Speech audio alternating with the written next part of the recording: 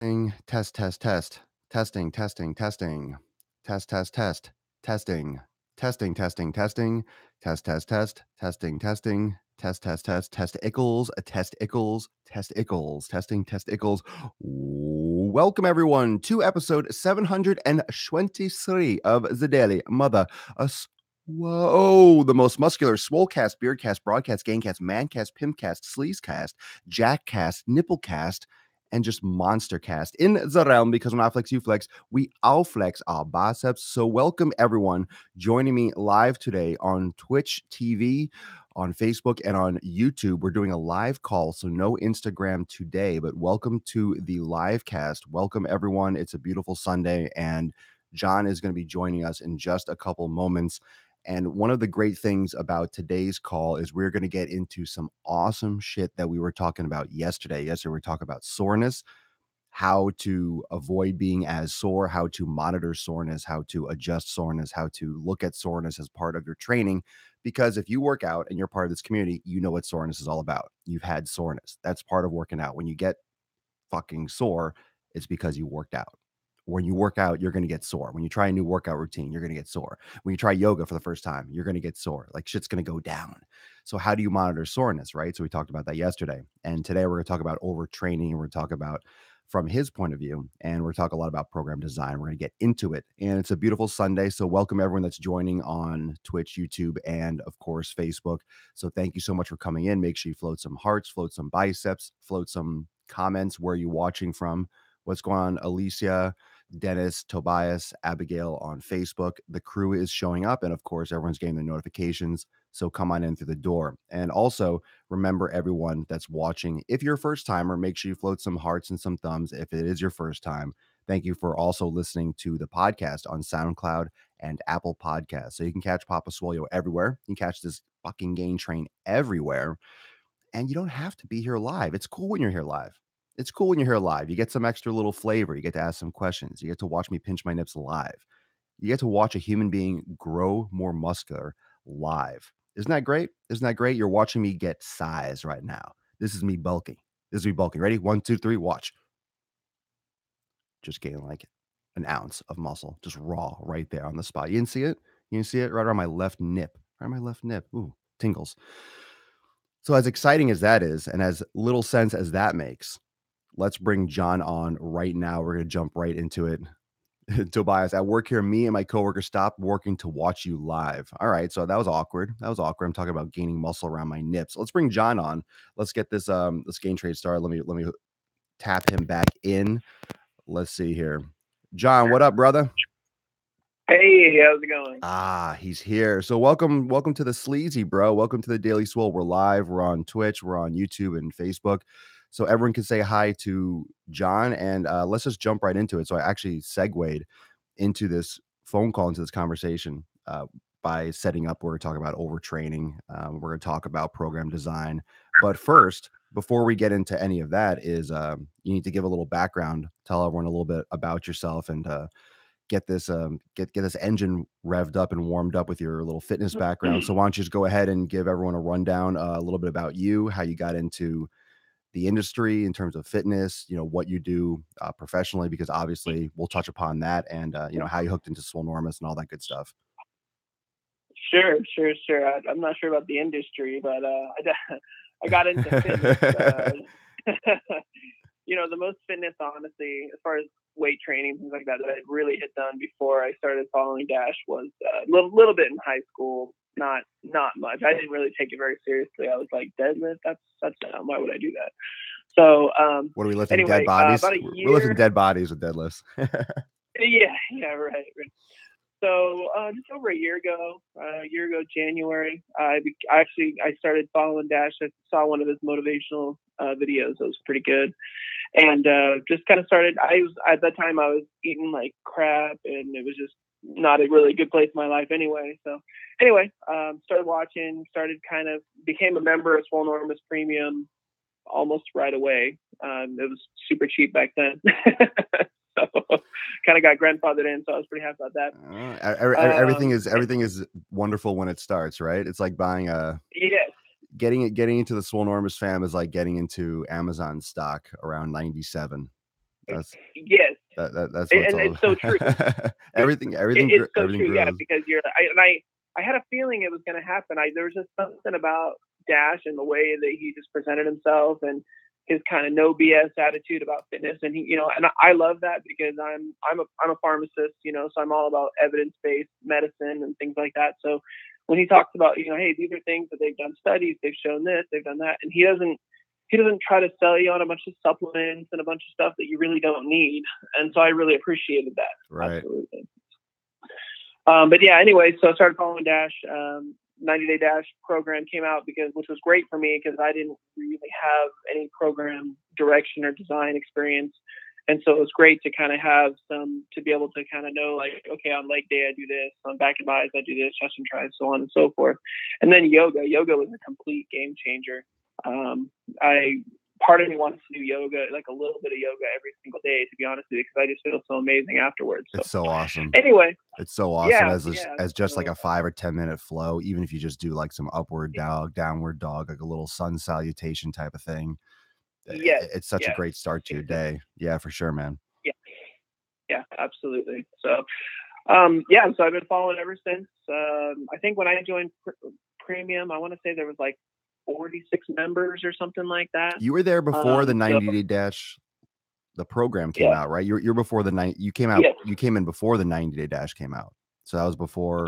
yeah, just a few months before. So that was probably the end of 2016. So you're really coming from the beginning of everything because the 90-day Yeah, dash program launched in February of 2017. So yep, that's something I have to remind myself of often because it seems like it's been out for decades. In my eyes, I feel like I've been talking about it, and I feel like everything has been. It seems so much longer than it is. I look at the numbers. I'm thinking, wow, okay, it's been a year. It's been a year since it's been yeah, around. So yeah, all right, just to give everyone some context. So that was the end of 2016. So you've been a part of the community about a year and a half, I would say. yeah. And it's Right. interesting because even though I've been a member of the community and I've been doing the 90-day dash, kind of started it. I ended up starting it two or three different times before I actually finished it. It's so funny to say I finished the 90-day dash because, as we know, I mean, it really is a lifestyle change, and it really is something you can do for the rest of your life, and I will do the rest of my life. But Mhm. it's really not something to call it the 90-day dash is kind of a misnomer because it's not like it's 90 days and you're done. Totally, man. But It totally is. That was the hard part with naming the damn thing because it's a catchy yeah, name and I don't know. It was hard. Actually, I had this conversation with a lot of people on my end what it should be just because it needs to stick, it needs to be descriptive and it needs yeah, to have something with like exactly, it has some like soul to it. It needs to give people some comprehension. It can't be the lifestyle change workout. That doesn't that's right? that no, everyone's gonna be like, what the That's not hell is sexy. That that? You doesn't sell, know? right? I guess so. It lets people know a little bit about it, but that's the first thing that I try to. It's interesting that you mentioned that it is a lifestyle change. I wish there was some way to really get that across. It's different though. It's different. What would you say is Yeah. different? What would you say is different about this style of training? Implementing yoga with your workouts, doing the strength training with the stability type training at the beginning of a program like this one. What do you think is what do you think makes that cement itself as a lifestyle change and not just a 90-day program? Like, what do you think? Because I agree with you. That's the way it was designed. It was Sure. designed to be done for life. But what do you think sets it apart and makes it something that is, how that would be executed? Like, what actually makes that make sense to you? I think honestly, it comes down to how it makes you and your body feel. Interesting. Like when you start working out consistently, and I Yeah. can honestly say I was not working out consistently when I first started 90-day dash, about a year ago or so.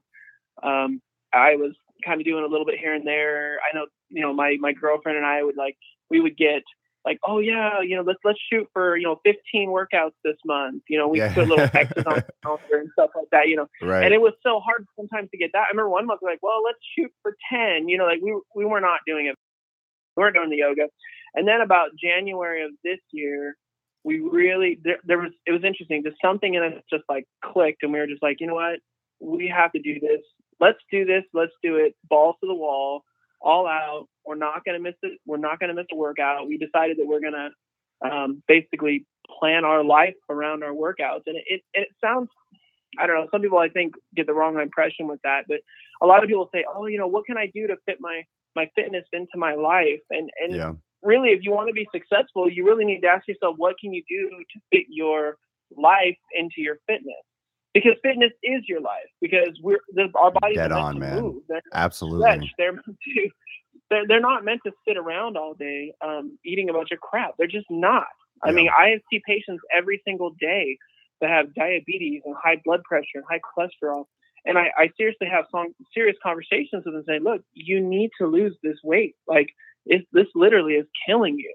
And our bodies are not meant to carry, an extra 20, 30, 50, 100 pounds of fat. I mean, they're just not. Agreed. Not to say that it's easy to do that, but so how you feel has been, obviously that's super important to you, and that's one of the reasons why you've been a part of this the whole time, is because you feel so much better. But let's go back to that perspective that you just mentioned, because you said patience. Let's get everyone up to speed on that, because that gives you different perspective. And I've mentioned numerous times that one of my I guess one of my life experiences that I hold so dear to me, that really gives me this perspective in sharing the content, or my content the way I do share it, is that I trained elderly people for years. I trained an older population. I trained people that were banged up, that were damaged, that had all this money, that were successful financially in other areas of life that we would generally as a society deem as successful. And they were fucked up, right? Getting into their Ferraris with a walker, or their Bentleys with a walker. What do you so what do you do as a profession? Just fill in everyone, and then we'll continue. Oh no, yeah. I'm a pharmacist. I actually own my own pharmacy here in the little town of Moses Lake, Washington State. Awesome. For those of you that don't know, it's about 2.5 hours east of Seattle. So, all right, far out. But so you see these people coming in for their meds all the time. That's what you do. That's what you do. Yeah, no, absolutely. And don't get me wrong. I mean, there's a lot of people that rely on medication, and I'm not talking necessarily for blood pressure and cholesterol and things, but just chronic disease states. A lot of people rely on medication, but there's a lot of people that take medication that, when it really comes down to it, they really don't need it. Mm-hmm. Well, excuse me, if they made some difficult but yet necessary lifestyle changes, they probably would not have to take medication. Absolutely. Yeah, that's sad too. That's sad when you see that there is light at the end of the tunnel. They just have to do X, Y, and Z, or they just have to be more active. And what's interesting is that in the past, I've asked questions to pharmacists. I've asked, of course, you have people that ask where certain things are in the store, or where, I don't know if it's a standalone pharmacy. I don't know what the rules are, or how it is up where you are, but you'll get a lot of questions, and I guess it's got to be hard for you to answer them, because you want to say you have to exercise, but they're asking you where to find this certain pill, or this certain powder, or this certain patch, right? I mean, that's got to be really hard to work into your phrasing, or you have to, like, put a hand over your mouth, or put a bandage over your mouth, just because you want to say, stop eating food and go to the gym, and you don't have to pay this money for this, and you don't have to look for the generic or X, Y, and Z. But at the same time, I'm all about, I don't give patients the answers that they're looking for. Well, excuse me, I don't necessarily answer the question the patients are asking. I answer the question that they kind of need. And what I mean by that is, I have turned away more people from buying vitamins, let's say, than I have actually selling people vitamins. I mean, I've literally told people, look, this is a supplement. This needs to be supplementing your diet. And if your diet is terrible, then you might benefit from a vitamin.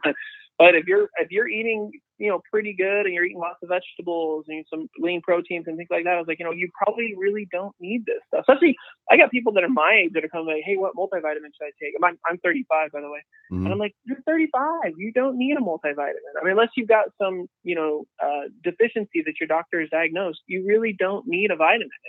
And Dash, you and I know that overall, the supplement industry is a bunch of crock. It's not regulated. It's terrible for you. Heavy metals and protein powders, things like that. There's a lot of real crap out there. So you have to be.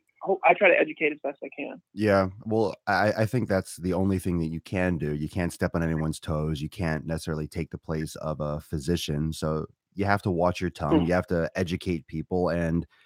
But you also, and the hard part is because there's so many legal ramifications. There's so many Yeah, laws and there's such a litigious nature in this country that you literally have to censor what you say, how you say it, but also do so with a clear conscience so you're clear of mind that you're not leading people down the dark path. And I do that oftentimes. I'll say, well, I'm not a physician or I'm not a nutritionist, but that's why I talk from my personal experience because yeah, I can't go wrong talking about that. If I come at it from that point of view, then I can say whatever I want because that's what I know about my personal experience of what I've had success with myself and clients, and just like with you and people yeah, in your circle and that come into your store and your pharmacy, you're able to educate based on your experience and your education, of course, and so forth.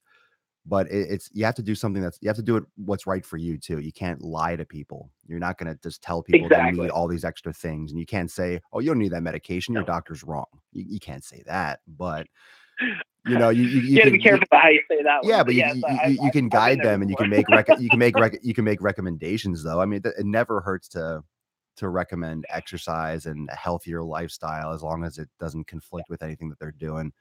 It's weird. It's Yeah. it's such a push and pull. It's such a everyone's watching their ass. It's a weird thing. It's a weird thing we got going But on.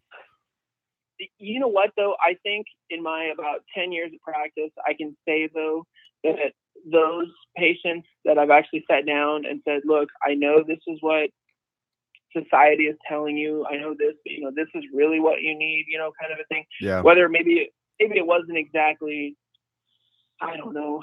I'm trying to think of the best way to word it, but the fact that you're open and honest with them, like when they can tell, look, I'm not just trying to make a buck off you. I'm trying to tell you this is what you should do for your health and for your body. Yeah. Those patients know that, and they'll come back to you and they'll say, look, you gave me great advice about this. What do you think about this? And Yeah. that's honestly what makes it all worth it. To be honest with you. I agree. I think your authenticity plays for everything.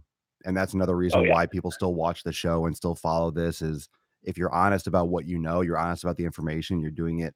I think it's all about coming from a good place. If you're coming from Yep. a place of wanting to help and trying to provide information that will benefit them and being authentic and honest about what material or what goods you have and what you can offer, that's all you can do. Yep. Everyone tries to I would say the skeeziness and I want to hear your opinion on this, but I always think about the shadiness or the BS aspect of nutrition and supplements in the fitness industry is all these people trying to create a product, whether it's a supplement or whether it's a gadget that just far overreaches what it could ever teach and what it could ever offer. And I posted on Instagram stories yesterday. I don't know if you saw this. It was just like it's called this like squat magic. I've never seen this before in my life. I was at the gym and I saw an infomercial and it's literally looks like a basketball pump.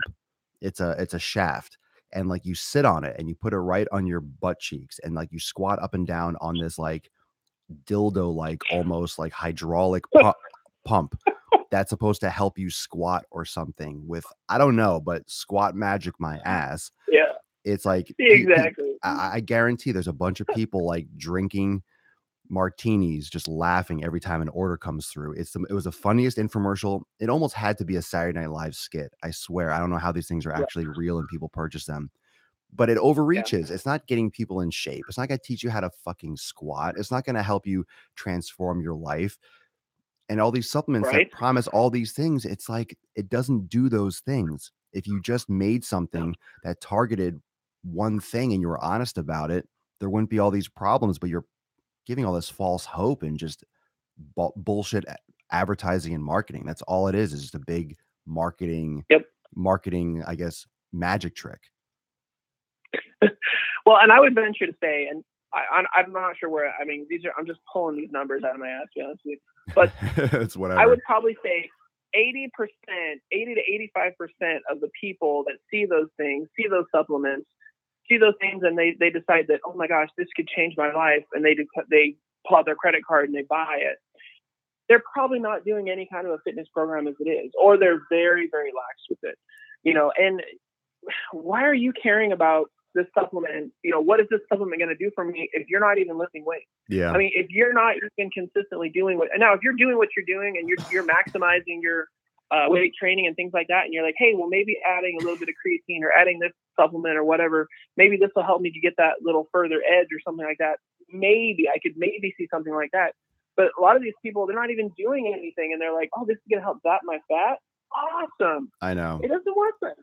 There's no magic pill or lotion or supplement that's just going to burn the fat. Come on. I know. It's the same thing like a piece of meat or a sweet potato. If you're exercising, it'll help rebuild and it'll help you build muscle. But what's this food going to do by itself, or what's the workout going to do by itself? You have to put the pieces together.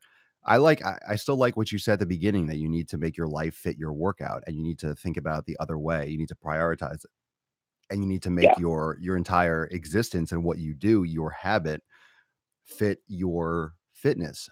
And that's a huge shift. That's just a huge shift in how you live your life. So how was that for you? Because you've done that. And I love how honest you are when you talk about the program. You always do that when you first say, I wasn't on it. I wasn't consistent. I didn't do it regularly. But that's important, because most people don't admit that. Most people don't admit that to anyone else. Everyone always wants to feel like they were successful. They did it right. But once you have that awareness and you understand, okay, I wasn't doing it consistently, you're honest with yourself, and then you just get back on the pony and do it. So you're honest about your lack of consistency. So how much of a difference, or how important would you say is consistency? And I know it's important, and we can agree right off the top of the bat, but what did you see personally in your approach from when you weren't consistent? Like, what was the biggest shift from you, I guess, in your life, or how you approach your fitness when you were not consistent with the program, to when you like locked it down? Like, what did you do to lock it down mentally or physically? What did you do to go from not so consistent to being on point?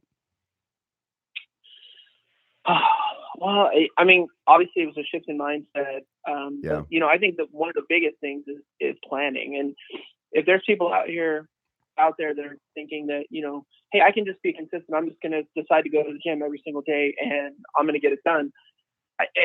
It's not going to work that way, because you're going to have to plan your week out. I have my week planned out. In fact, I can, I'll show you, I'll post it on Premium or something later, Dash. Yeah. But I have an actual calendar that has all my workouts written into it. It says, this is when we're doing. Sometimes we'll put AM and PM depending on when we're doing them. And then we also have another calendar that has our meal plan, what we're having for dinner that night or whatever. And so you have to plan if you want to be consistent. That's the one thing. You have to know, okay, I get off work at 6. So around 6:30, 6:45, I'm going to be starting my workout. Like, you have to know so you can mentally prepare. If somebody calls and says, hey, let's go do this, you're like, hey, I'd love to, but I'm busy till at least, 8 o'clock or so. Yeah. Just, you have to plan. Planning is paramount. And if you think, like I said, if you think you can just do it without planning, you're kidding yourself. And how is it working right for you right now? That's the question I would ask. Yeah. Right. How have your results been lately? Yeah, exactly. Mm-hmm. But as far as why we went to why we decided to go consistently is, my girlfriend and I had been doing it, more consistent than we had been, I guess, and we started to see some improvement. We started to see some weight loss. We started to see some toning. I hate the word tone, I know, but some muscle growth. I get you. I use it too, though, bro. I don't like the word motivation. I don't like toning, but I still use them because because people understand what you mean. It's just descriptive. Yeah. Sometimes you have to just use the word that explains it the best. Yeah, dude. It's amazing. And when you see those small changes, you're like, hey, I got these small changes doing it periodically, once, maybe twice a week. Right. I wonder what would happen if I did it on a consistent basis and made sure I got my yoga in and my nutrition was on point. And so you kind of just makes you kind of wonder, almost like curiosity, like, hey, let's try this. What Dash talks about, being consistent, do it every single day. Don't let anything get in your way, kind of thing. and it's amazing. It's remarkable. So I mean, you saw at one progress. time I was. So you saw Oh, progress and absolutely. that's when you got hooked. This. So after you were not consistent, you saw that little glimmer, like, oh shit, this is what's possible, and then Yeah. you got locked in. Yeah. Yeah. At my heaviest, I was wearing like 2X shirts. Well, 2X sweatshirts and maybe extra large shirts, and I'm down to a medium shirt, which I never thought in my life I would wear a Wow, medium shirt. dude, XL to a medium. Look at that. Nice. I thought That's mediums amazing. were for like kids. That's amazing, bro. Yeah, so I mean, it's just little things like that. I think, and they're not little. I mean, it was little at first, but then I remember my girlfriend actually had to be one to tell me. She's like, "Your shirts are too big. You need to start wearing smaller shirts." And I was like, "No." So you start wearing, you're like, "Oh, hey, this does fit me." So. That's awesome. That's awesome. That's the same way it was for me when I first started lifting. I saw a little bulge in my biceps. I was looking in the mirror and I'm like, oh, the bicep is starting to pop. It does work. Lifting does work, or being consistent and training hard does work. And then I got hooked. Yeah. I still remember exactly the mirror that I was looking at. I remember Yep. just the way my arm looked. And I remember that moment. I think I had this conversation with the last Daily Swole call, where that first moment, that turning point where you saw results and you realized, holy shit, this does work. I need to hook in. And I really implore Yeah. everyone to just hold on to that memory. And if you haven't had that moment yet, then you just haven't had it yet. Just do your thing. But once you do, once you have that moment where you all of a sudden see progress, you see weight loss, you step on the scale, you put on a shirt and it fits you completely different, and you have that revelation moment where all of a sudden you realize that what you've been doing actually does work. You just all of a sudden have this newfound inspiration to just go so much harder and be so much more consistent. You all of a sudden see all the flaws in what you're already doing. Like, no, I could do so much better. Imagine if I did this instead of going out. Imagine if I trained harder and I went in the morning and I ate even better. I could have seen even more results. And then it just almost like proves to you that it works, because your body moves so slow. The human body moves so slow with Yeah. progress. It's hard to be consistent. And what's your experience with that? Because we talked about that it's mental anyway. And of course, the mental game is the mastery of that is the challenge for anyone throughout life. But what is it for you? What was it for you that, I don't know, like what keeps you going, man? Like what keeps you going? What keeps you? What's your vision for yourself? Because you certainly don't feel like training every day. You schedule it. You're making it a No. point to get it done. Like what's your, because people are listening, people are watching, and just like someone out there watching or listening is in a funk, or they're not getting results, or they haven't had that point, they Yeah. haven't had that turning point yet. So Yeah. yeah, what's your secret, if it is a secret? Yeah. What's your little button you push? My secret. Yeah. Well, it helps when your girlfriend is like, "Oh my gosh, your biceps are huge," or something like that, and you're like, "Oh, whatever," you know what I mean, kind of thing. Yeah, it is. But like when Yeah, you it actually does. have encouragement, and I will say she's not been the only female that has commented, and so that feels good. There you go. There you go.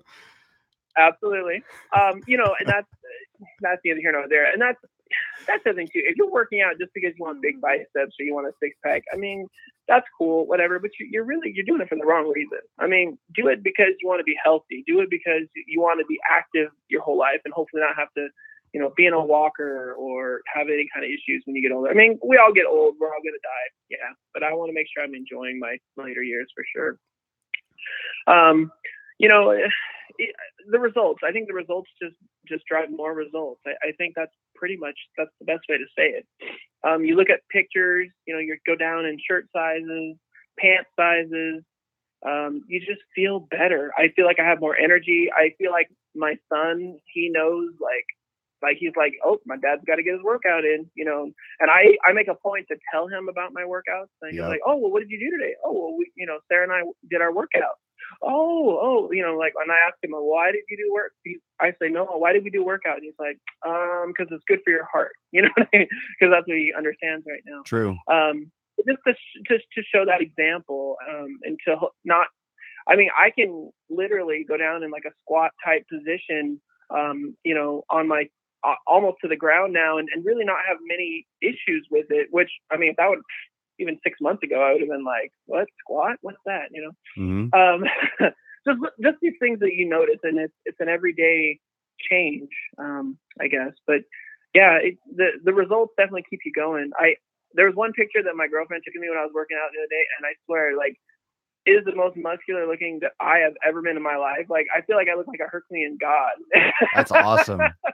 That's a great. You got the right. You got the right lighting. You got the right angle. You got the right Oh yeah, pump. You had the right everything. All the stars yeah, aligned to just get like the perfect selfie. The perfect. That's what we yeah, call it. That's what we call it an Instagram picture, my friend. yeah, yeah. That's an Yeah, Instagram. That's I'll throw it IG. up on I'll throw it up on Premium later. You I have was pretty to. proud of You it. have to. That's post worthy right there. Everyone hopes for a moment where they get a picture like that. The shadows are just right, Right? just right. Yeah. No, it's awesome, and like that stuff sounds That's so superficial, cool. but it makes you feel good. Hmm. And I just I think, like I said, once you have that shift in mindset where instead of it's where can I fit this into my life, where you have to literally say a lot of my other things in my life are not that important. I mean, when you really look at things, there's very few things in your life that are important, and obviously you should never sacrifice anything that's really important in your life. But I concur. what's going to change over time is what is important in your life, and fitness needs to be like in your top at least two, maybe three things in your whole life. And if it's not one of the top two or three things, then you probably don't want it or you're not ready.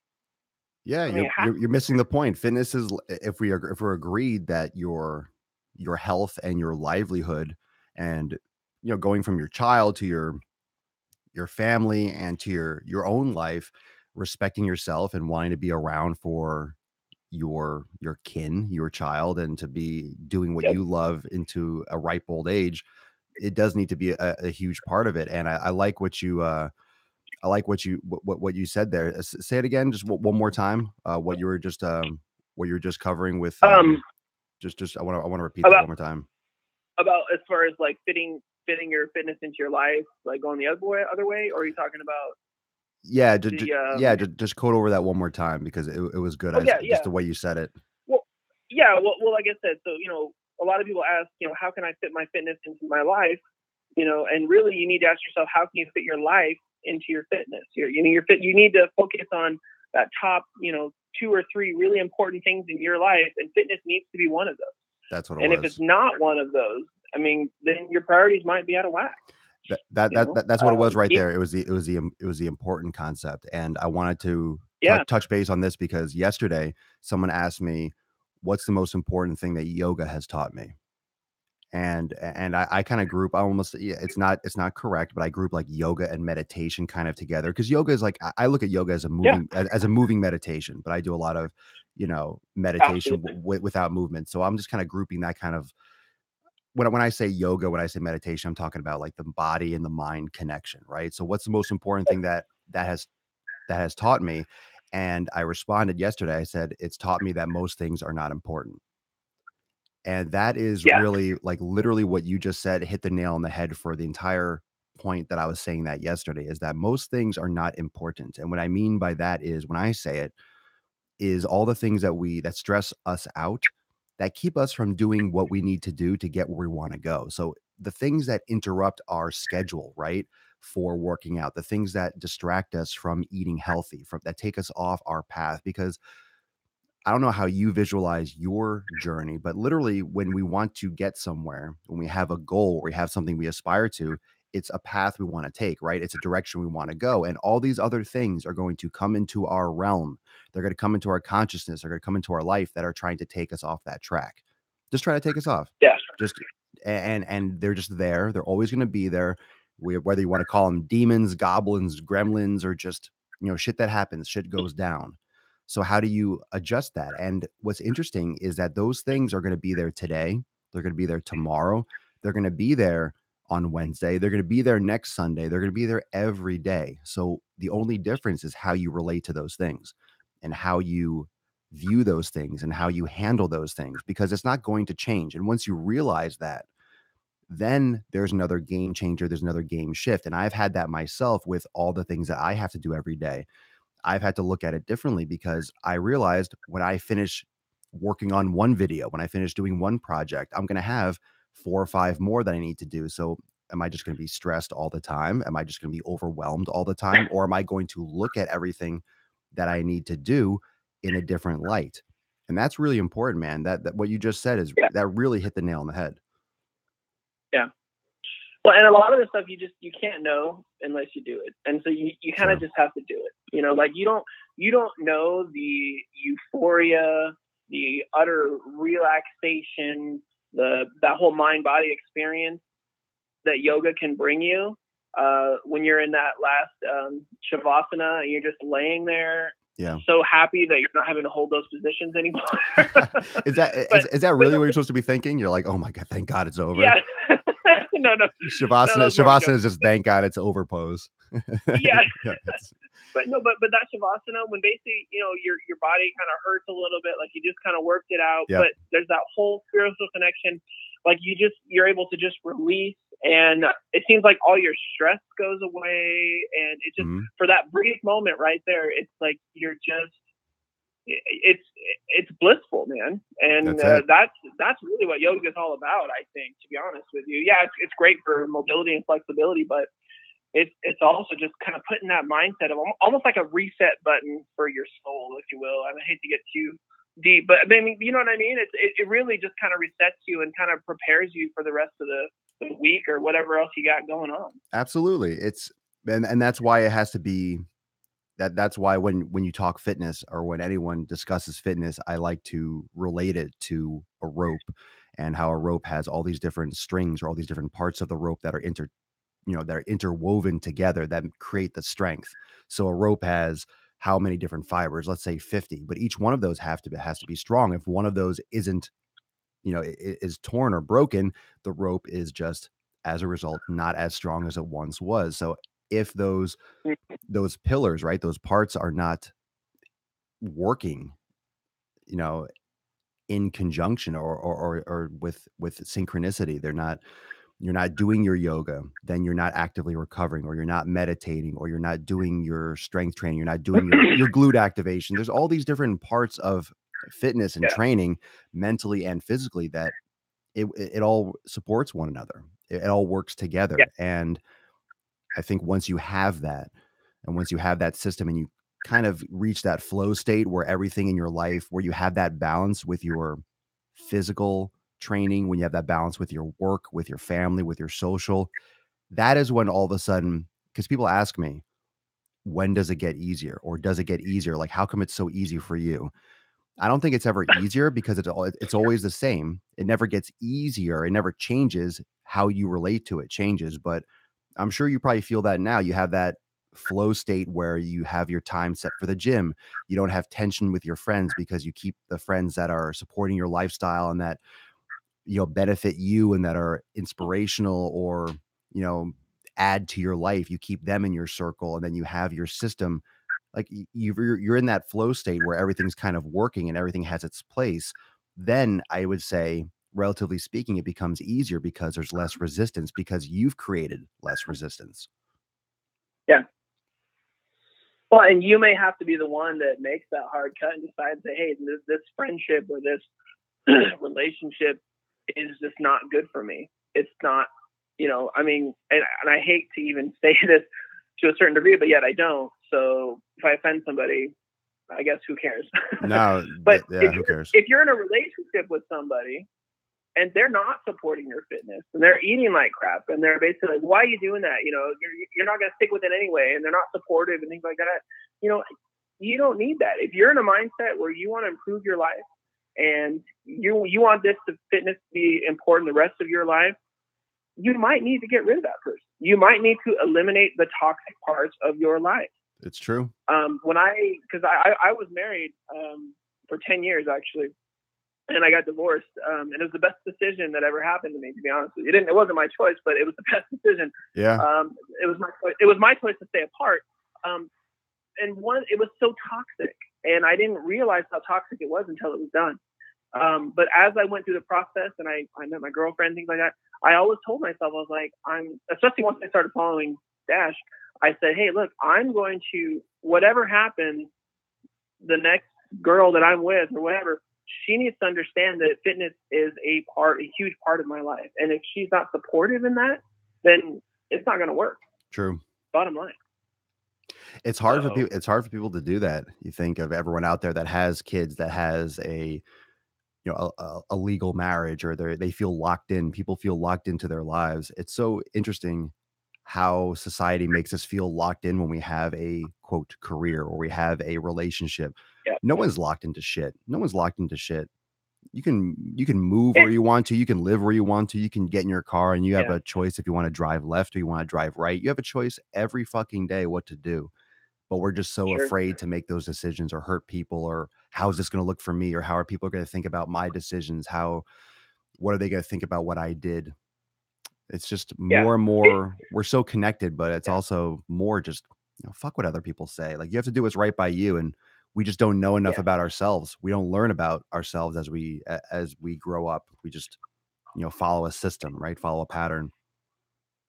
Yeah. It gets complex, don't get me wrong. And it can be stressful at times and things like that. But, and I've used this and I've talked about this before, is that, if you're in a toxic relationship and you hate your job or whatever, if all of a sudden you get 6-pack abs and bulging biceps, you're still going to have a toxic relationship and you're still going to be in a job you hate. Right. So That what's doesn't the point? change. You know what I mean? Like, you have to get your life like on track. Yeah. And to really get yourself in that mindset. And I think that's one thing that I've told numerous people.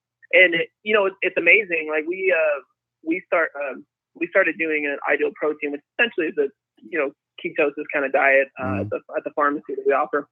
And one of the conferences we went to, they were talking about it. They said, don't be surprised if some of these people start losing weight, start feeling better about themselves, and they actually end up saying, hey, I'm going to leave my husband or I'm going to leave my spouse, because they recognize for years that person was hurting them. And I'm not talking physical. I'm talking was keeping them from achieving their goals. And I just remember hearing that, and I was just like, whoa, like that just blew me out of the water. But it's so true. Like, you have to eliminate all the toxic stuff out of your life, regardless of how hard that is. It's intense, John. It's intense, but here's what it comes down to, interestingly enough, because you can say that because a lot of people could come here and just show up and say, yeah, this person's keeping me down, or this person's a negative influence, when in reality, it's all your responsibility, isn't it?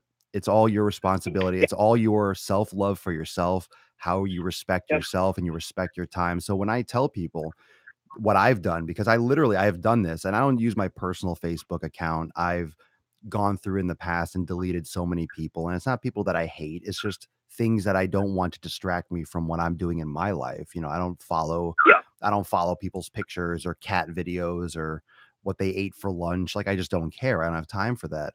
And when you respect your time, when you respect who you are, when you know what you want for yourself, you make those decisions based on your love for yourself. So you get rid of people that are toxic because they're not right for you, not that you're being mean to that person. Like, get rid of it. You can't blame other people. You have to blame yourself for allowing yourself to surround yourself with someone like that. That's not good for you. It's that responsibility.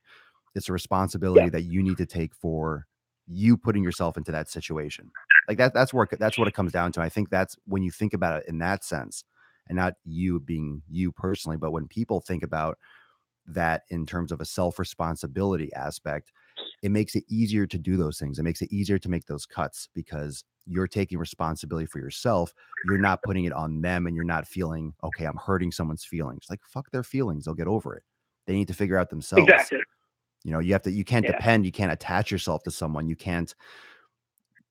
just can't depend on someone else for your wellness and happiness. You got to be proactive with that. You have to take control. You have to take the wheel. And I think that is yet another aspect of why fitness is life, because I think that's the answer you need to give people when they ask you, how is it so easy for you? or when did it become so easy for you? I think the answer, at least in my opinion, needs to be as soon as I straightened out the rest of my life. As Sure. soon as I got all the toxic garbage out of my life, as soon as I got a job that I absolutely love going to every day, as soon as I, have a girlfriend who's extremely supportive and that we work together and I love very much. I mean, like that's when it became easier. And that for me was just eye opening. Because I thought, you kind of had fitness over here and you had relationships and work and life, but no, I mean, it's all related. Fitness is life. And so if you want to improve your fitness, you got to improve your life. Everyone's going to look at that differently too. Everyone's going to quantify Yeah. fitness in their life and like what success means to them, right? What does success mean to you, John? What does success mean to you, Sally? Success is going to mean Yeah. different things to different people. Yeah. And that's also where things get a little bit shady or get a little messed up because we worry so much about what other people think. We also measure Yeah. our success based on what other people might deem successful. And what does that come down to? Usually money, right? Usually money or having six-pack Yep. abs or having a nicer car or bigger house. We're so used to measuring dicks when it comes to success. We forget that what does success mean to you? Forget about what Tom says. Like, what do you feel successful? What makes you happy? If you're happy with your job and with your family and with your routine, you're happy. It's like, do that. That's it. Just do that. Like, you don't need to go you don't need to go on safaris and trying to find something at the ends of the earth. Like, you don't have to do that. If that's not you, then don't do it. You need to find what's right Yeah. for you in terms of happiness. And that's where I have found my peace is looking more at what I do every day as freedom, not so much making hundreds and hundreds of thousands of dollars. That's not really the goal, I think, for me.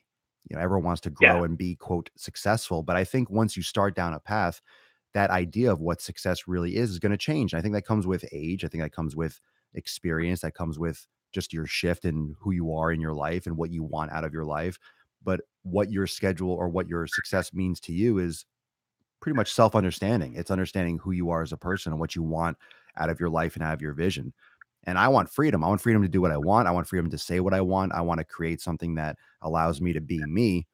And that doesn't have a monetary value. It doesn't have a price point on it per se, as long as I can keep on doing that primarily. So it's an interesting success is very interesting. It's very subjective, Yeah. but super important. Well, and I don't know if you saw the comment that Stephanie just posted. Where But on Facebook? Let me on Facebook. Yeah, let me On Facebook. I'll read it and then you can reference it. I used to think I had Yeah. to wait to be happy and feel whole until I had the perfect body. And this is a quote from Stephanie Robtoy. The perfect business, the perfect relationship, bank account, house, etc. That was unrealistic. As soon as I started taking daily action in each thing I valued, knowing I'm growing and working towards my goals, I became happy. I'm content as is. My body is in progress, as is the rest of my life, but I'm in the journey and I'm taking action daily to get my definition of success. And that makes me happy and feel successful at the end of every day. Great comment, Stephanie. Thank you for taking the time. Yeah, absolutely. I think the part that really hit it on the head for me is when she started talking about how she started taking daily action in each thing that she valued. Mm-hmm. Like that's huge, and that's what fitness is all about. I mean, we value being able to move and getting more muscle strength and cutting down fats and things like that, and we're working every single day towards that. Yeah. And that's like I said, you just keep your eye on the prize, man. And that's what are your thoughts on because when we talk about success, right, we talk about emotional or financial. You can go down any freaking path, right? There's so many different paths to success, and my version of success is going to look different than John's version of success, right? Or Stephanie's version of success, different shades of it, right? What do you feel in terms of, okay, what do most people want out of fitness, right? They want to lose fat. They want to build some muscle. They want to look a certain way. They want to feel a certain way.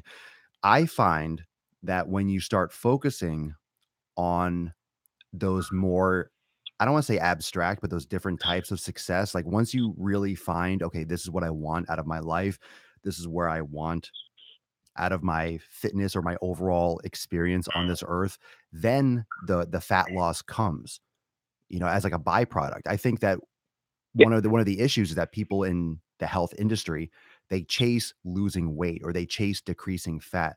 Whereas if you shift your mind and you approach fitness from a foundational point of view, like that's going to come as an effect anyway. Like it shouldn't be the primary, it should be a side effect. What are your thoughts on that? Yeah. I I mean, that honestly just rings true with everything that I said. Yeah, I Why are think you so. Yeah. making the changes that you're making? Mhm. And if your goal is to get six pack abs and that's what you want, that's fantastic. Good, get it. Yeah, Then what? agreed. But I mean, people that go after six But pack then what? abs, if you're going for the losing six, if you're going to lose 10 pounds, right? You want to see abs, you want to lose that 10 pound of fat. I got, I'm muscular, I'm pretty lean, but my stomach is still soft. I still got that pooch around my stomach. And it's okay. Well, we'll talk all day until the sun sets about elimination diet. What are you eating? Are you training hard enough? Are you doing too much cardio? Are you not lifting weights enough? Blah, blah, blah. And if you're chasing 10 pounds of loss, that's when you start cutting corners. That's when you start looking for supplements. You start looking for powders, or what if I took this pill, or what if I did this exercise first, or what if I did another workout this week? What if I did 2-a-days? What if I did this? You start looking, I guess, in other places. You start looking for other, uh, you just start looking elsewhere. You start looking elsewhere for the answer. Whereas maybe it's just scheduling more. Maybe it's just loving yourself more. Maybe it's just appreciating the the journey or your life, focusing on different things. I just think that when you're chasing a number on a scale or something that tangible, a lot of times you're missing the point. You're trying to achieve too high on that pyramid. You're going too far up the ladder without focusing on the bottom rungs. I think those things come as an effect. You start cleaning up your diet, you start loving yourself, you start treating yourself better because you want to be healthier, because you want to live a more fulfilled life. You start scheduling your fitness better. Then that extra weight comes. Like it'll happen, but not as the main Yeah. focus. Well, and I think it's safe to say that the fitness industry in whole, I shouldn't put them all, but let's say the fitness and supplement and the magic pill industry, I guess, let's say, The magic pill industry. they're taking advantage of you, and you should be pissed off Well, about it. I agree. They're definitely taking I mean, advantage. and they know that the average person is overweight, probably depressed to a certain degree about their being overweight. Yeah. And they also know that the average person is lazy. I mean, let's face it. I've been lazy at certain times in my life. We've all been there. We've all been. So Yep, they're sure. taking advantage. They're taking advantage of every single one of those. They're like, okay, this person's fat, so let's sell them a fat loss pill that really won't do anything for them. It'll probably start giving diarrhea. Right. Right. And they're lazy, and so, oh, hey, you don't even have to exercise. You can just take this pill. I mean, it's Yeah. all psychological, people. They're Yeah. all. I'm not trying to be one of those, paranoid type people, but No, it's you're like not. they're coming to get you. They know all their marketing is all about psychiatry. It's all That about getting into your mind, that's called and you have to just those are called be pain through it. points. Those are called pain points. People don't want to put in the Yeah, work, so they're going to say simple, easy, you can do it anywhere, you can do it at home. Okay, I'll take that. Just one pill a day, help mobilize yeah, fat. Of course. They're using the marketing and the wording and the phrasing and the pictures and all the literature and all the things that they're going to reference are going to be things that people have issues with finding time, struggling finding time to get to the gym, blah, blah, blah. I use some of those things when I talk about Swolenormous X, but not in that shady sense. But that's a benefit, right? That's a benefit of Swolenormous X, is that you can have it on your phone, you can have it anywhere. And that's, oh, cool. So I don't have to worry about looking for things online, looking endlessly on Google. It's like, oh, I can have it all in one spot. Great. That's a benefit. But when you have it in a pill form, when it's like trying to really, it's like sorcery and there's no work attached to it, you have to wonder, why isn't this the answer, right? Why isn't this the magic pill? Why isn't everyone talking about this? Why is it just one after the other? First it was like, what was it, Xenadrin, then it was Redline, and then it's all these, or Slim Fast. Like, where'd Slim Fast go? Do they still make shit? Like, these things come yeah. out, these things come out, they make $1 billion, they crush, and then they kind of come out with Slim Fast Extreme or Slim Fast 7X, or they come out, they Because keep on, they you try to gotta stretch change it it. up. Yes, People get bored. yes, they try to make it Well, more they start to realize extreme it and more doesn't work. extreme and more extreme. And the workouts and training gets more and more extreme, right? Because if you're exhausted at the end of a workout, well, it's going to be even better if you're more exhausted, right? So we need to make a workout that's even harder in that period of time, or we need to make a workout or something that exhausts you even more, because if you feel like you worked harder, that means you worked harder and you're going to shed more fat. So we just beat the shit out of our bodies even more. So we're taking more pills, we're taking more supplements, and we're beating up our bodies more with these intensity workouts. And then because we're doing such intense workouts, man, we need supplements to recover, because we need to recover faster from our harder workouts. So then we're taking supplements and we're doing this fucking cycle of just beating the shit out of our bodies, and we're forgetting the fundamentals. We're forgetting the basics. Absolutely. We're forgetting the basics. Well, and I want, just so everybody knows, and tell everybody, okay? Like, I literally could make my own protein powder and call it John's Protein X Factor Extreme or something like that. That's the first supplement that we're gonna do. I'm gonna back you. John's powder workout extreme. From a guy that doesn't, just whatever. Guy that doesn't take powder. Yeah, just anyway, random. I could literally start making some stuff. I could order the chemicals, whatever, online. I could put some chocolate flavoring, whatever.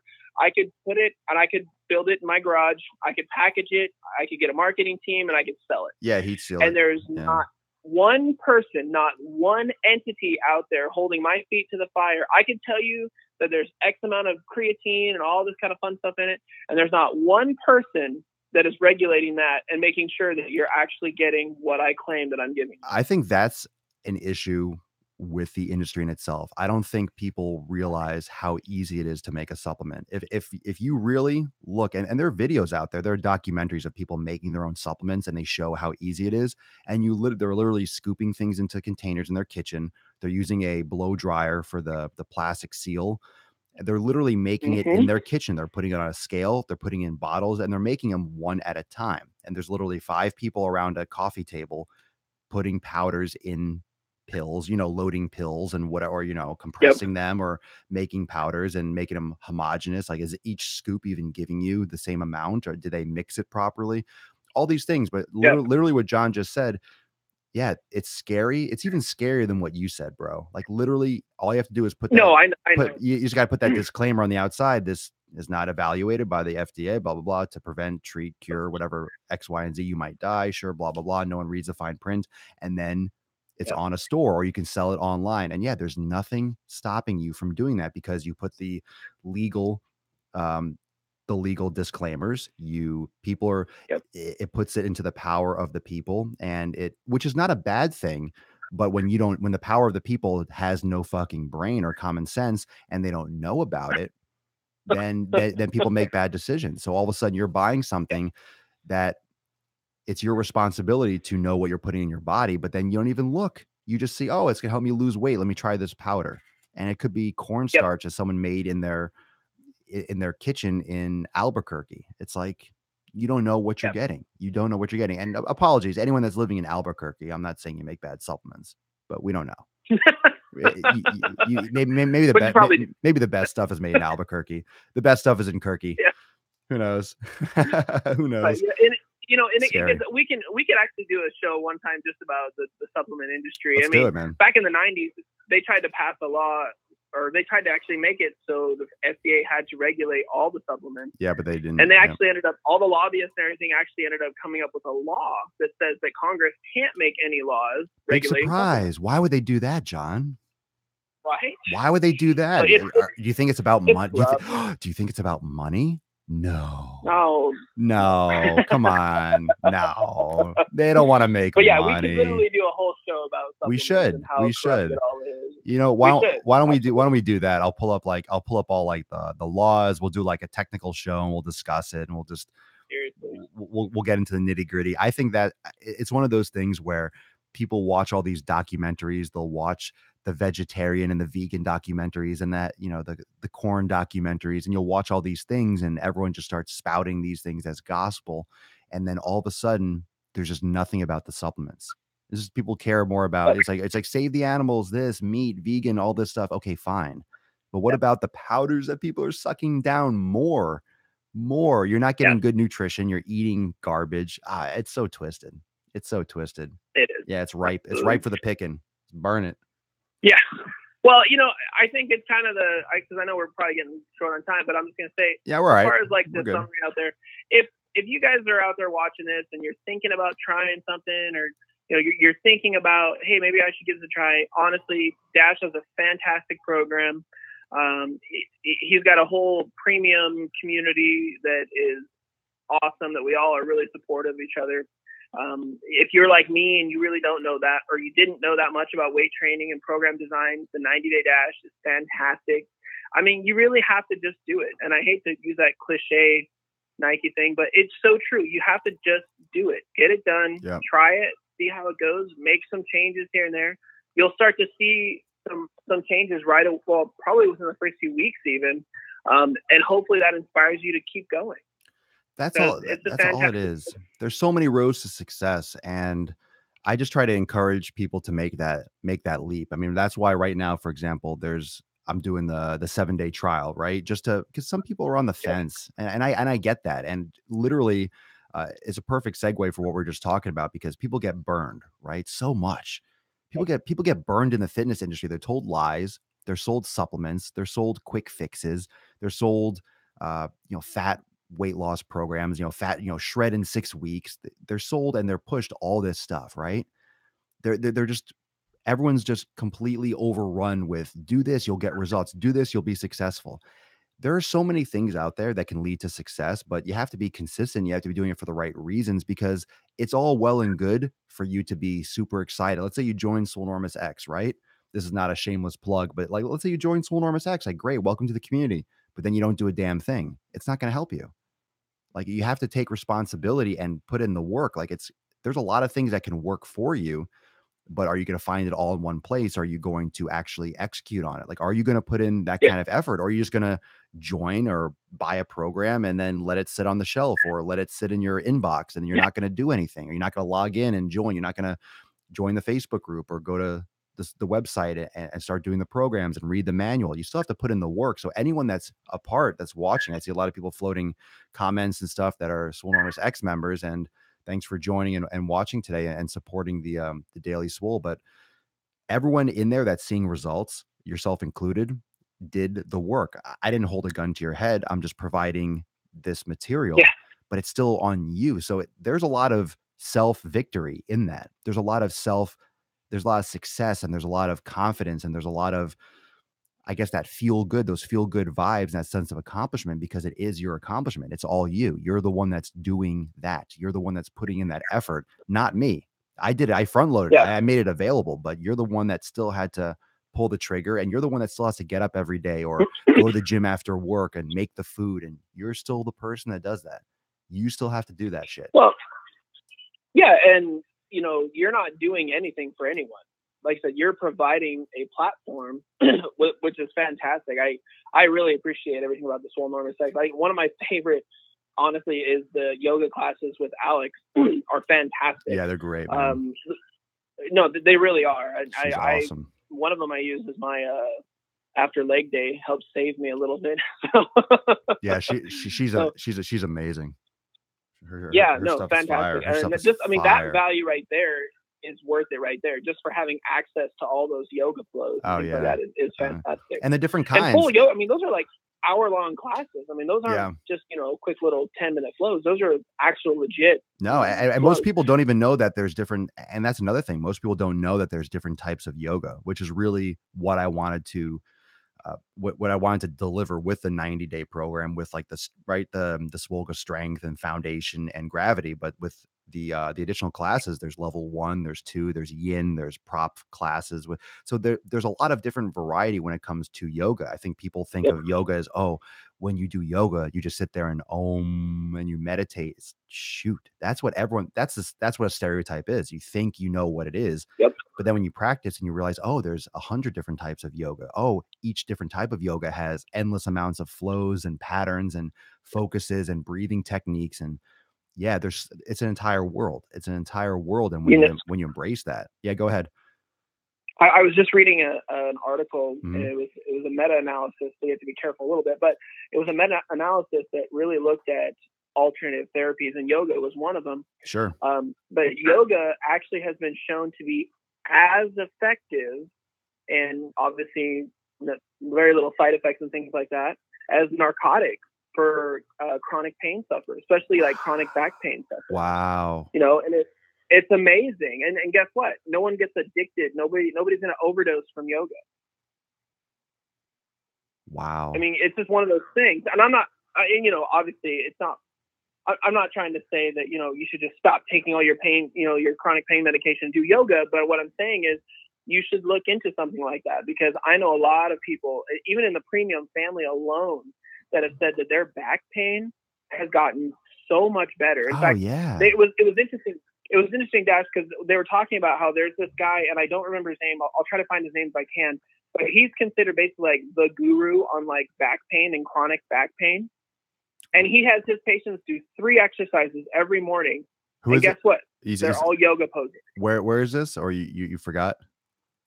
Uh, it was well, the article was on Vox, but everything was legit from it. But I don't remember the doctor's name, but I'll get it to you. But anyway, the point is, he basically tells all of his chronic pain patients. Mhm. This is like the guy with chronic back pain. Right. He tells them all they have to do 3 exercises every morning, and I looked at them, and they're all yoga poses, every Mhm. single one of them.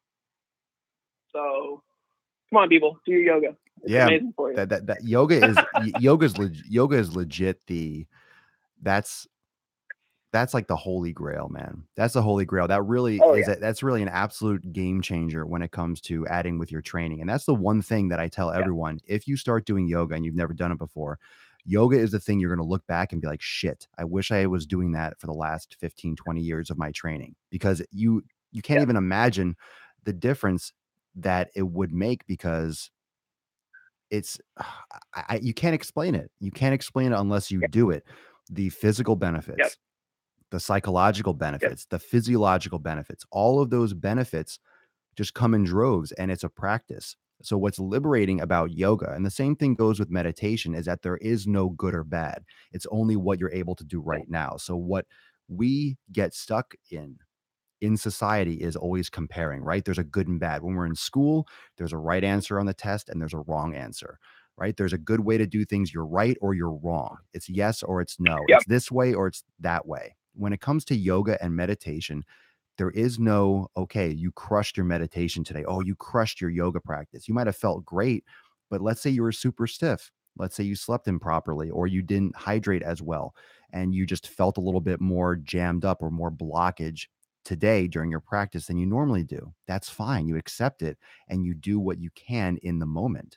You're just literally yep, living and practicing in the moment. And it is exactly that. It's a practice, which is not supposed to be a practice. Is a practice. You're just doing what you can do that day and you're building on that. And when you understand that there is no good or bad, there is no win or loss, it opens you up to being in the moment. It opens up to you really listening to your body and actually getting the yep, benefits from it. It's so different than anything else that yep, we're taught in our lives. yeah. And there's limitations to saying that oh, yoga is as good as narcotics for chronic back pain, but at the same time, they're trying, because obviously science, we're trying to get as much data and evidence as we can. Yeah. What they don't know is what yoga is better than others. I mean, is it half an hour yoga good? Is it vinyasa? Is it this type? And so that's what they're actually currently studying now, is they're trying to figure out, okay, now we know that yoga is beneficial. Let's delve deeper into that. Let's It's see so hard.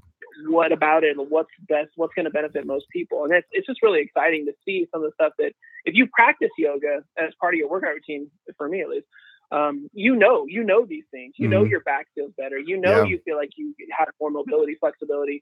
It's amazing to see some of this data that's coming out that's starting to support it. Yeah, no doubt. I love the comparison to, for example, when you said like narcotics, when you really relate things to something that hardcore and people are so afraid of, but the chemical process and how your body responds.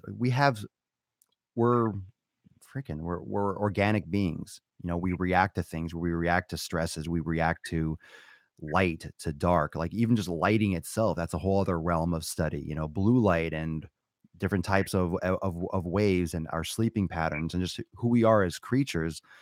We're pulling in opposite directions because of technology and bright lights and our stress, but we're still living in this circadian rhythm of sunrise and sunset. Like we're really, as humans, it's an interesting time because we have to find that balance. We have to find that balance where we can live in harmony with all this technology. And I'm not saying get rid of technology, but it does pull us away from, I guess you could say, who we are as creatures and what makes us healthy as actual beings. It's finding that balance, and yoga and that type of approach definitely helps with that. And it's interesting that you brought that up with the narcotics, but science and Yeah. studies, they're starting to tap into these things. There's starting to be more money that's available for these things because they're showing it's I think it's just the internet and technology. A lot of the Yep. what might have been, I guess, alternative news or alternative medicine is now becoming more mainstream because we're hearing more about it. It's like let's address this. Let's look more into, for example, like, you know, medicinal, and now it's becoming more legal everywhere, marijuana and cannabis oils and certain things for natural remedies, and pain relief rather than taking all these prescription medications that get people addicted. Yoga for recovery or for PTSD or all these things. There's a It's going to happen, man. Like it's happening now. Like you Yeah. said, it's just the beginning. Well, in Oregon, they're actually, because one of the biggest hurdles they have is that insurances pay for, you know, narcotics, but they don't pay for yoga, they don't pay for acupuncture. That's ridiculous. That's and sick. they're running a pilot study in Oregon, I believe, where some of the insurances are actually going to start paying for yoga, acupuncture, and some of these other alternative therapies, what they're calling them, just to see what kind of benefits and what kind of outcomes are going to happen. They're And going to if save there's so much positive money. results from that, They're going to save it's so going to much blow money. up. They're going to save so much money because for an insurance company to pay 50 or 80 bucks, because I'm sure if it's covered by insurance, I'm sure like the studios will give a discount or something like that, right? Like, oh, we cover Blue Cross or this, and it'll be 80 bucks a month, or how about $1,000 a month for prescription meds? It's going to save everyone, the system, so much money. Or people aren't going to like it. That's the problem. You're going to have all these pharmaceutical companies that are like, why aren't you pushing my drug? And they're going to fight it, and lobbyists, and it's going to the be other a thing battle. too that it'll do is it'll make the current yoga practice even better, because it'll basically force them to, hey, if you want to be a part of this insurance network, you're gonna have to prove that you're like a certified yoga instructor and that you've done this and that, you know, like it's gonna make it even potentially better, you know, to make sure that they're actually offering quality yoga classes as opposed to just throwing up their own shop. Like, yeah, I've done yoga a few times. Let's do this. Yeah, you know what? It's actually funny. Someone just mentioned on Twitch that he or she, I didn't see like the screen name, but that physical therapy is a quote tainted form of yoga, and insurance covers that. And it's actually interesting because physical therapy, physical therapy requires prescriptions. I mean, some of these are walk-in clinics you can go, but if a doctor says, okay, left shoulder, the physical therapist is required to look at the left shoulder and not the right shoulder, not look at compensations or movement patterns or this, that, and the other. So physical therapy, they're only limited by a certain number of sessions, what they're covered to do and what they can claim on their insurance, on their protocols, and what they did with the patient so they can get reimbursed by their insurance. It's just a system. And that's one of the reasons why when I was originally looking at maybe pursuing physical therapy as a career, it was just so restricted. I shadowed physical therapists and I saw it was just all paperwork. It was all dealing with insurance companies, and it was just all being restricted with what they could do and what they could teach or what they could try to claim. You know, what, $150 for let's say cooling therapy, which is really just an ice pack on the back of the neck. You know, $150. It was a scam. It was a scam. It's a shitty system. And like, you know, I mean, if someone goes with like, you know, back pain or something like that, you know, are the physical therapists addressing issues? Are they saying, well, hey, you know, we need to work on strengthening core and working out some of those muscle imbalances and things like that too as well? You know, are they doing that? I don't know. I've never gone to physical therapy personally. I know people that have, but it makes me question, because, you know, if you know something about fitness and you know something about how the body works, you kind of start to know that, hey, some of those pains could be caused by some of those imbalances that we need to fix.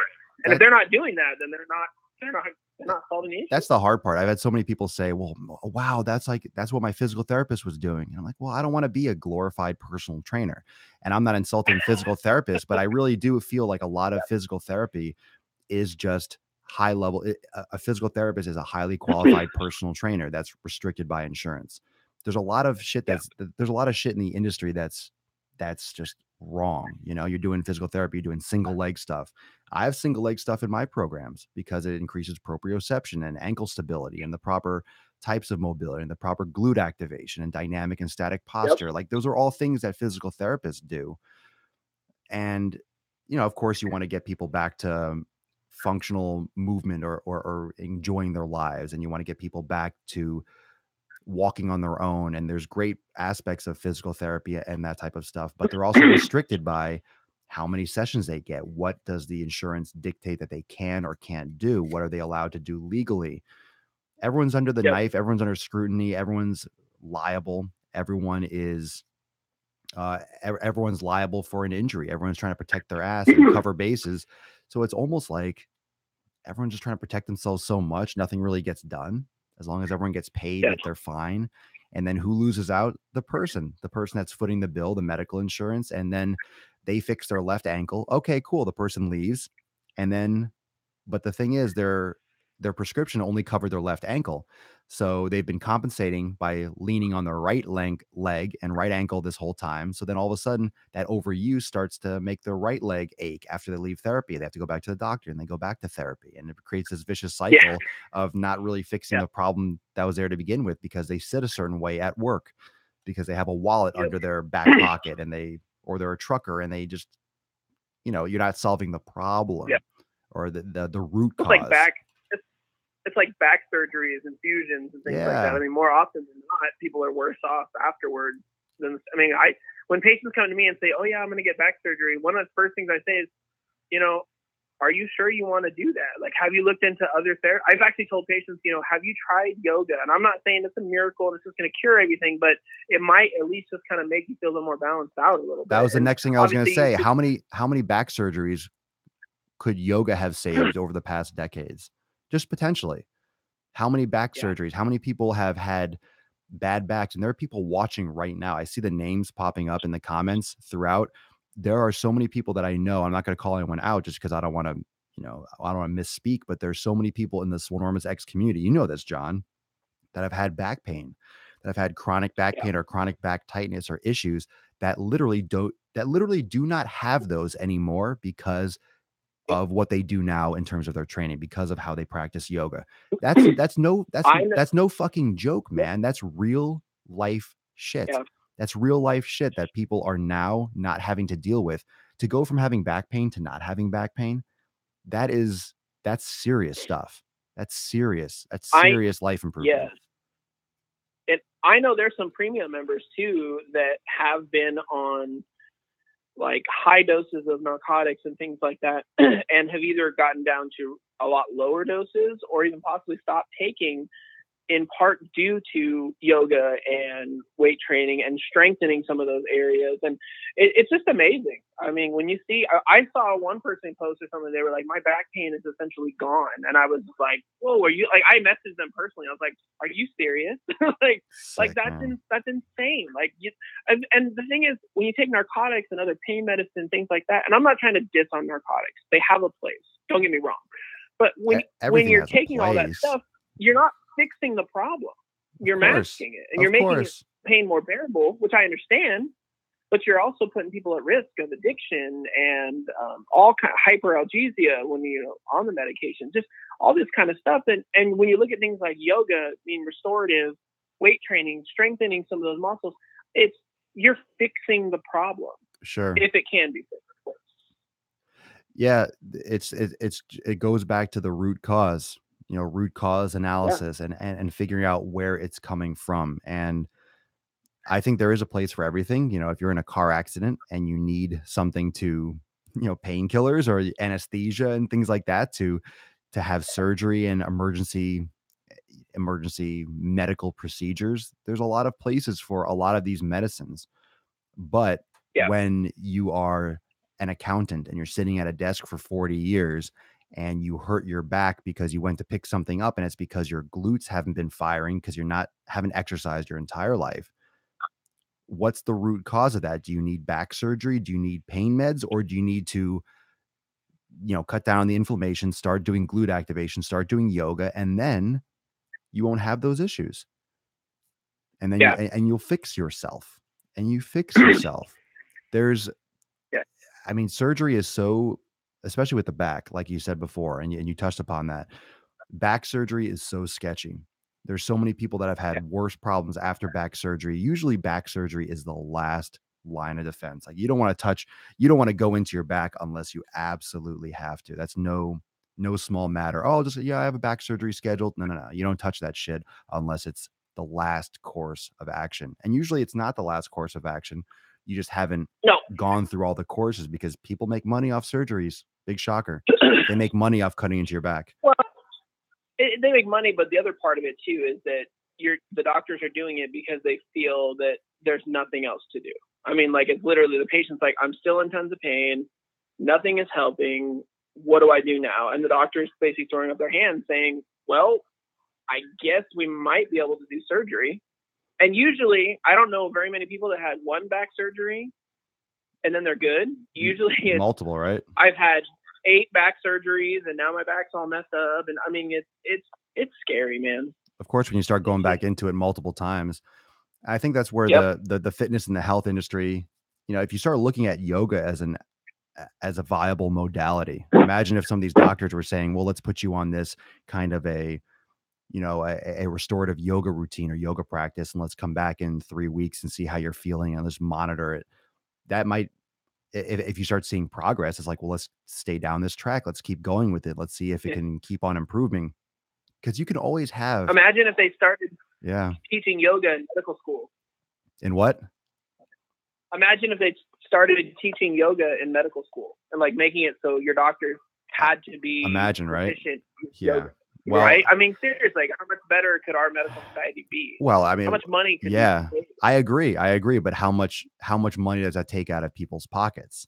All of a sudden yoga all of a sudden yoga classes will be $500 a class if you start getting insurance companies involved, right? Yeah, but yoga is approved, but it has to be this specific flow. This is the medical flow of yoga, and then they're going to charge out the ass for it.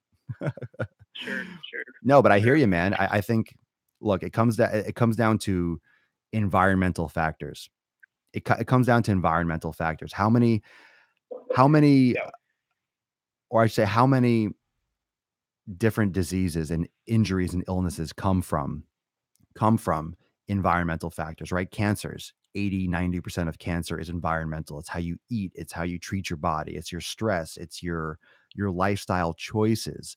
Okay, there are genetic factors, right, with heart disease and things that we might be predisposed to, but most of the shit that we deal with in our lives are things that we expose ourselves to, whether we're knowledgeable of that or we're lacking the knowledge. But we're injured because we sat down too much. Okay, we didn't know any better, but that's why.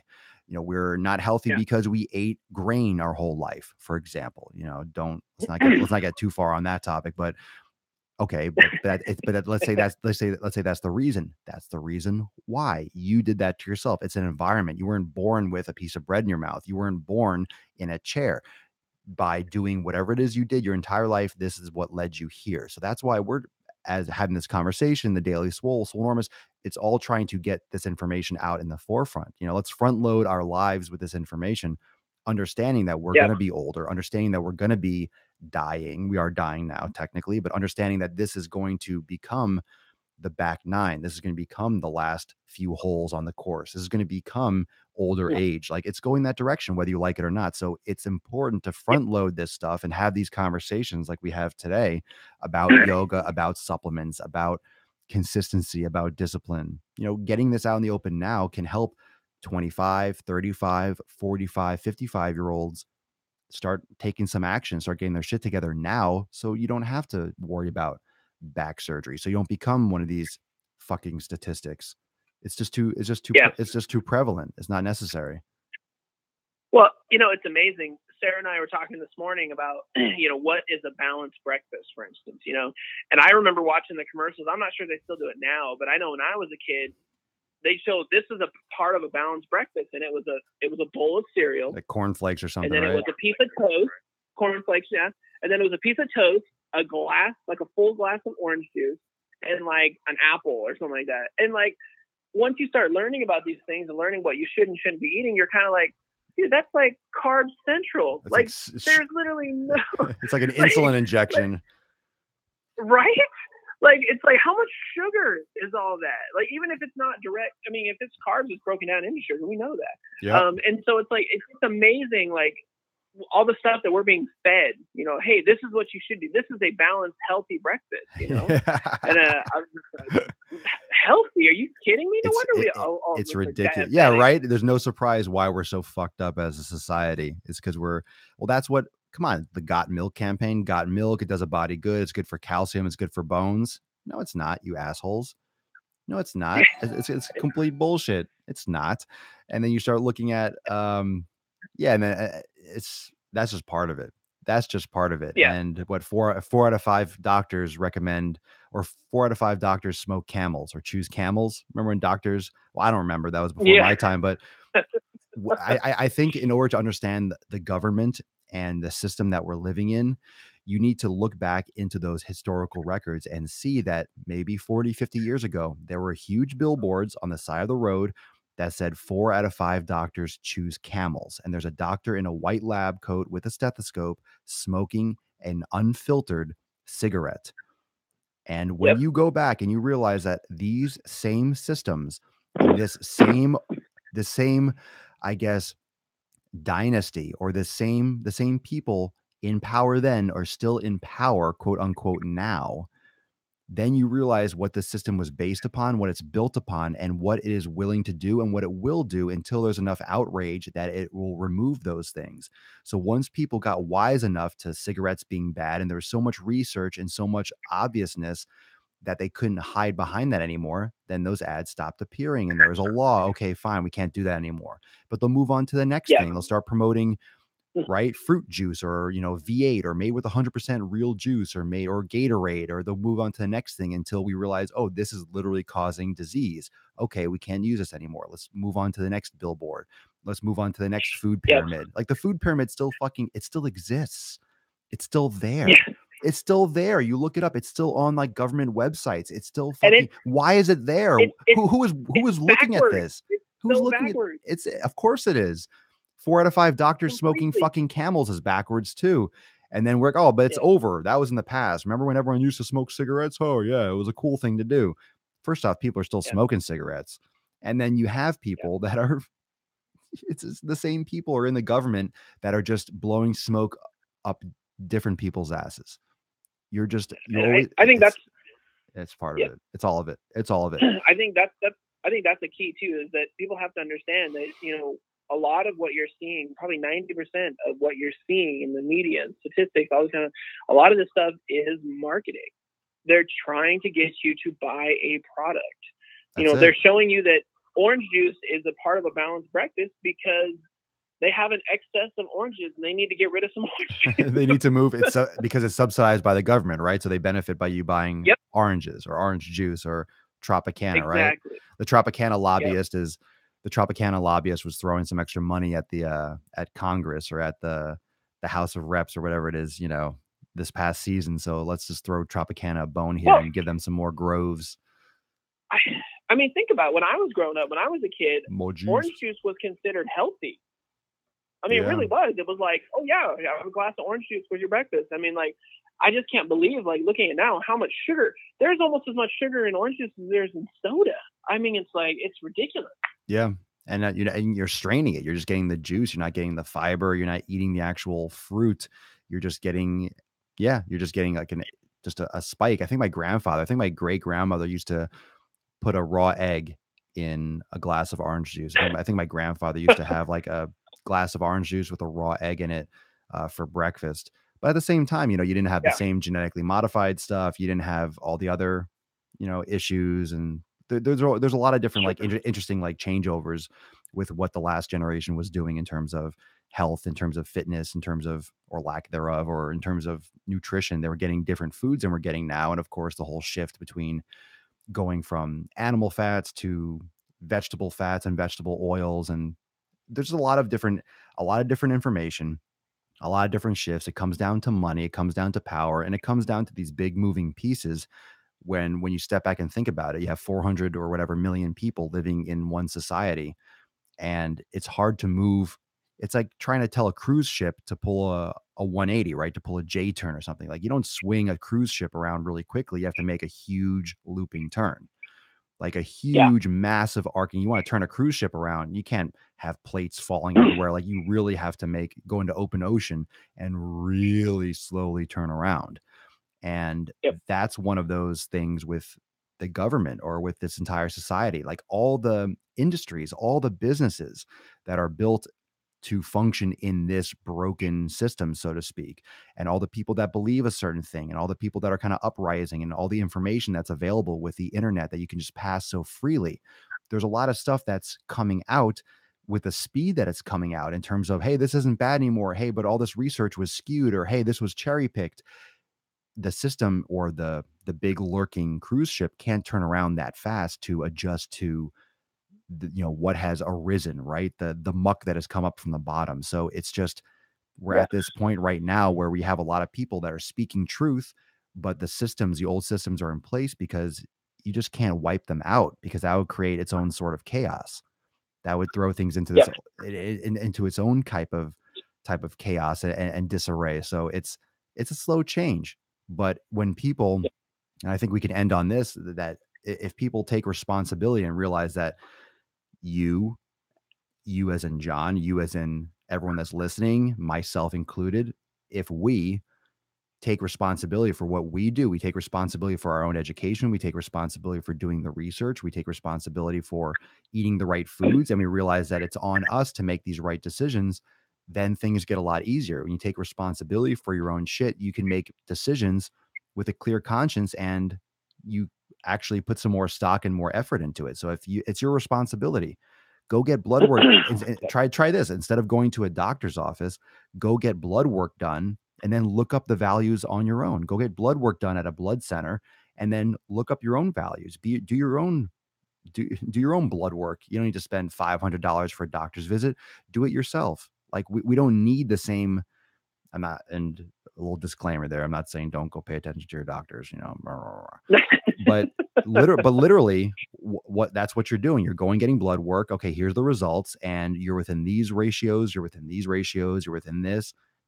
You don't think those numbers are online? You can't check that out. You can watch open heart surgeries on YouTube. Like, you can find everything. Everything's at our fingertips. And if you're listening to this podcast, if you're watching it live, you have all this information available. You just got to go to Google. So we have all this stuff here for us.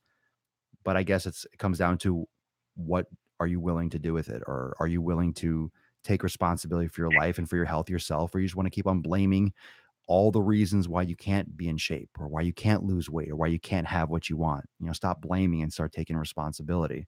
So, John, Yeah. I want to give you the opportunity right now to, first off, I know, and I can speak for everyone. So thank you so much for your time today. It was a great, and we'll do this again for sure, because I know there's a lot of stuff we didn't talk about. But what would you like to leave the greater Swolenormous Nation, since we're episode 723? Boy. What do you want to drop on? What would you like to, You know, your well, final, first of all, your final farewell, so to speak? Yeah. my my little disclaimer is I'm being Disclaimer. paid absolutely nothing to be here to say things about Dash. When Dash asked if I would do this, I did it because I believe very strongly in the program. I believe strongly in fitness. I believe in getting that mindset that basically shifts you from motivation, that you're motivated to get it done, to you're disciplined to get it done. That, look, I've got to get it done. It's on my agenda. You just put your check mark and you go. So Dash's program is fantastic. And I'm not just talking about Swolenormous X. I'm just saying just everything. The whole Swolenormous brand is amazing. If you go on Swolenormous, you'll actually see all the reviews and things like that from people. And people understand what you're getting, the true value of Swolenormous. And honestly, Dash, I think I can honestly say that if you could do what you're doing and make a living just enough to, kind of get by and things like that, then you really, if you could find a way to do it and not charge and still make a living at it, you would do it. The reason that you charge for it is because you love it and that you need to make at least enough to make a living. You got bills to pay just like everybody else. Yeah. So, Just and people that want things for free, I hate those people, to be honest with you. we, I we think all you do. have to, No one you, likes those you people. got to have a little, well, and just like with anything else, Yeah. you got to have a little skin in the game.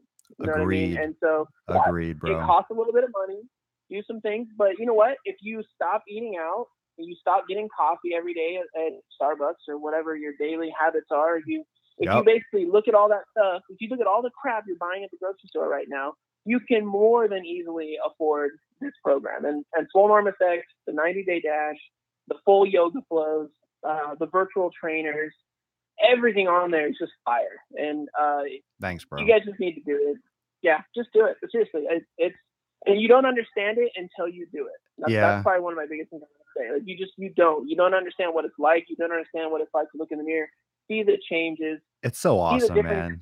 in your personality. You don't understand it until you just do it. Yeah, that's what I want to leave with. it's so awesome. And as everyone, and those that aren't a part of the private community, you can hear from just from John himself. Like everyone's on the same page. That's what I love about what we've done here, and just the community, and those of you, even those of you that aren't part of Swolenormous X, that they just tune into the show. It's just really cool that you could bring so many like-minded people and just like the positivity, because it just breeds that kind of desire to do better when you hear success stories and you hear people that are really, and that's a major reason why you're here on the show right now, is because you're a real person. You're a real person that's out there, that has challenges, that has a family, that has responsibilities, that has desires, ambitions, things that you want out of your life, things that you aspire to. We're all the same. We're all the same. Those things those things on an individual level are going to vary.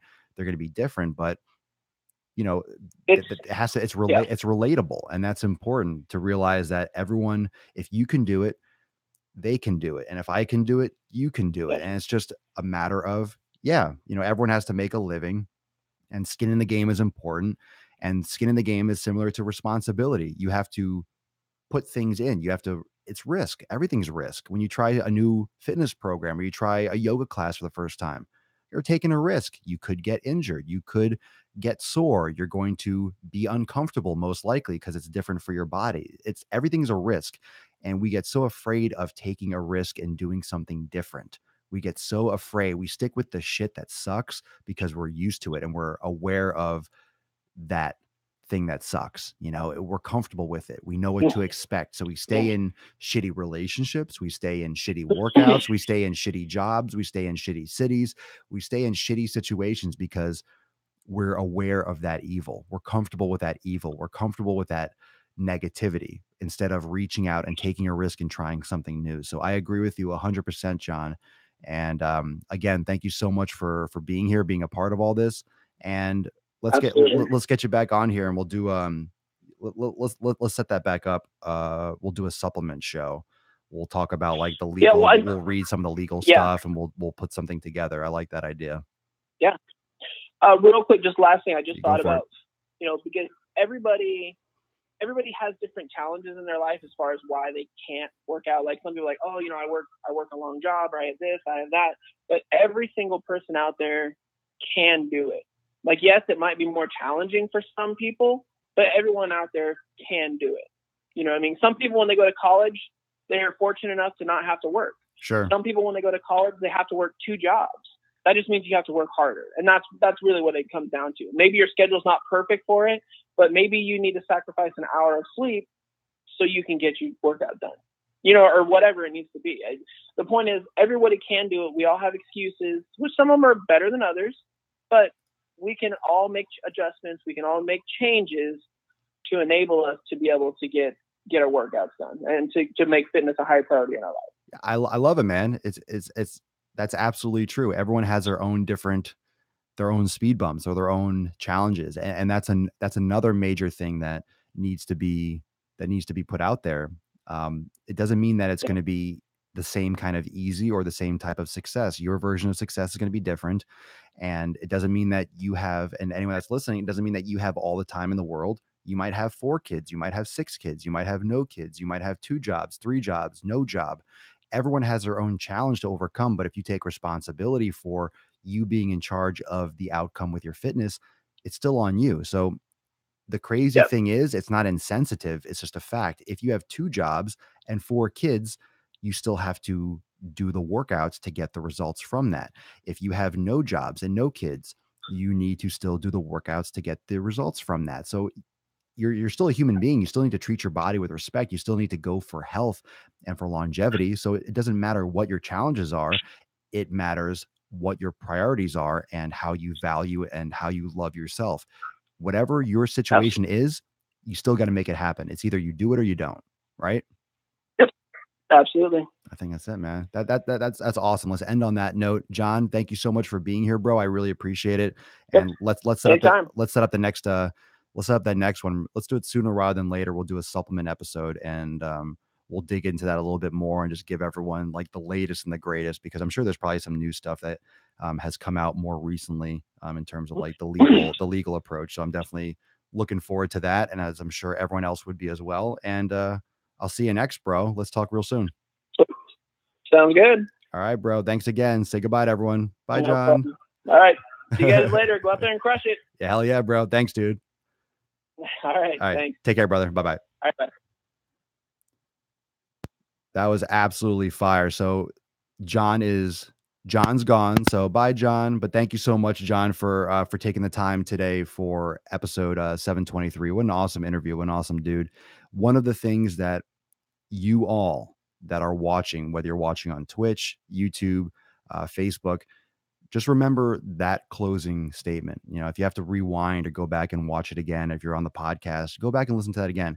No matter what your challenge is, no matter what your challenge is, we all have goals, we all have ambitions, right? No matter what your challenge is, how many jobs, how many kids, early in the morning, you have to get up super early, you have to go to the gym super late, you work third shift.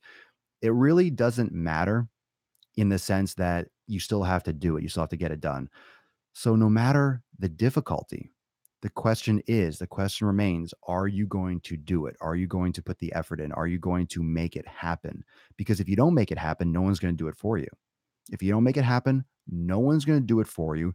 No one's going to step in and save the day. No one's going to step in and do your workouts. No one's going to step in and do your meal prep. No one's going to step in and wake you up in the morning. It still comes down to you. So no matter what your challenges are to overcome, I respect it. I respect your challenges. Some of you might have more challenges per se than me in terms of going to the gym, but I've had my own challenges in creating Swolenormous. I've had my own challenge. I have my own shit going on.